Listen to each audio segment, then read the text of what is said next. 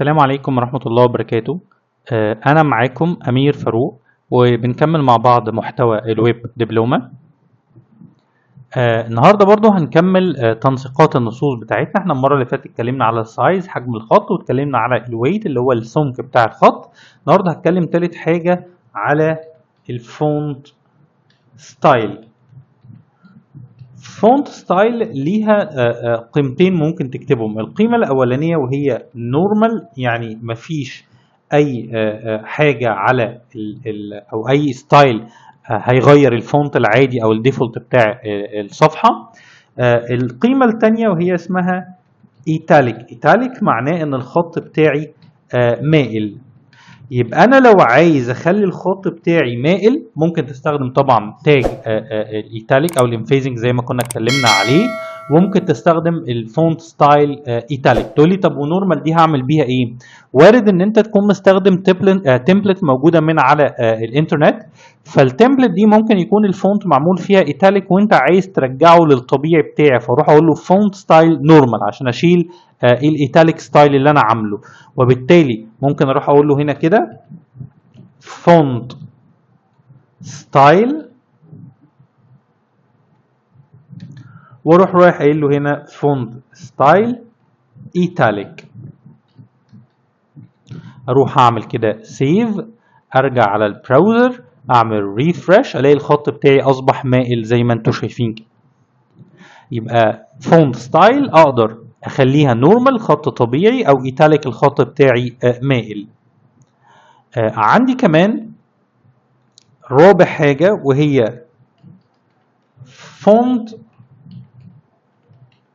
فاميلي. فونت فاميلي وهي مقصود بيها الخط اللي انت عايز تستعمله في الكتابة. فونت تاني كده اهو، فونت فاميلي الخط اللي انت عايز تستعمله في الكتابة. هنا بكتب اسم الخط اللي انت عايز تستعمله، يعني زي ما بتيجي تكتب في الوورد كده تقول عندي ارايل، عندي مش عارف تايمز نيو رومان، عندك مثلا لما بتيجي تكتب خط عربي اندلسي كوفي، مش عارف الخطوط دي ايه الخط اللي انت عايز تكتب بيه. مثلا قلت له عايز اكتب خط اسمه كيرسيف مثلا، اروح اعمل سيف كده، اروح اعمل ريفرش، زي ما انتم شايفين كده شكل الخط بتاعي اتغير. رحت رايح قايل له مثلا الفونت فاميلي بتاعي فانتزي، ده اسم خط تاني، اروح اعمل كده ريفرش، الاقي الخط زي ما انتم شايفين كده اتغير.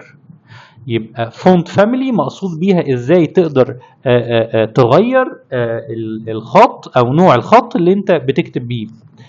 في سؤال اكيد هيدور في دماغ ناس كتير فينا، طب ينفع لو في فونت عجبني من على الانترنت ان انا اقدر استخدمه؟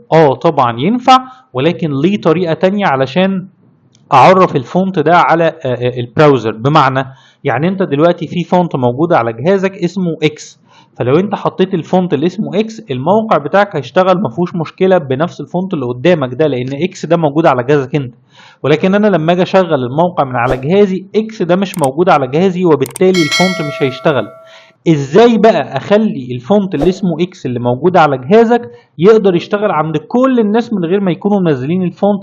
ده سيشن لسه هنتكلم عليه ان شاء الله في الفيديوهات اللي جايه. احنا النهارده بس كل اللي عايزين نعرفه ازاي اقدر اخلي الخط بتاعي مائل فونت ستايل ايتاليك، ازاي اقدر اغير النوع الخط اللي انا بكتب بيه اللي هو الفونت فاميلي، واكتب اسم الخط اللي انا هستعمله في الكتابه.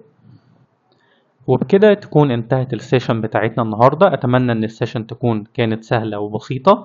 لو حد عنده أي سؤال ما تترددش أبدا في أنك تكتب السؤال بتاعك في الكومنت، وأنا دايما موجود عشان أجاوب على كل استفساراتكم. وما تنسوش تدعمونا بلايك وشير وسبسكرايب علشان المحتوى بتاعنا يوصل لأكبر قدر ممكن من المتابعين. شكرا جدا ليكم، كنت أنا معاكم أمير فاروق، والسلام عليكم ورحمة الله وبركاته.